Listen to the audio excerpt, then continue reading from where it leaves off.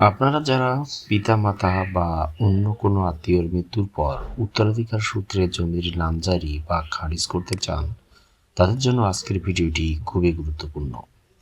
অনেকে নামজারি আবেদন করতে এসে জানতে চান ওয়ারিশ সূত্রে খারিজ করতে কি কি কাগজপত্র লাগবে। আজকে আমি ধাপে ধাপে সবকিছুই আলোচনা করব। প্রথমে লাগবে মৃত ব্যক্তির মৃত্যু সনদ, কারণ নামজারি কর্তৃপক্ষকে প্রমাণ করাতে হবে যে জমির মূল মালিক মারা গেছেন। দ্বিতীয় লাগবে ওয়ারিশন সনদ। এই সনদে মৃত ব্যক্তির সকল বৈধ উত্তরাধিকারীর নাম উল্লেখ থাকে। তৃতীয় লাগবে মৃত ব্যক্তির নামে থাকা খতিয়ান বা পর্চার কপি, অর্থাৎ যে রেকর্ডের ভিত্তিতে নামজারি করা হবে। চতুর্থ লাগবে সর্বশেষ ভূমি উন্নয়ন কর বা খাজনার দাখিলা।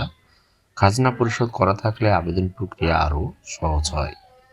পঞ্চমত লাগবে সকল ওয়ারিশের জাতীয় পরিচয়পত্রের কপি এবং তাদের মোবাইল নম্বর।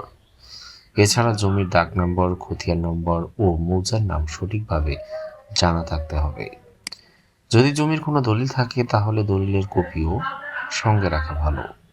একটি গুরুত্বপূর্ণ বিষয় মনে রাখবেন, বর্তমানে ওয়ারিশ সূত্রে নামজারি করার সময় ওয়ারিশন সনদে উল্লেখিত সকল উত্তরাধিকারীর তথ্য আবেদনপত্রে অন্তর্ভুক্ত করতে হয়।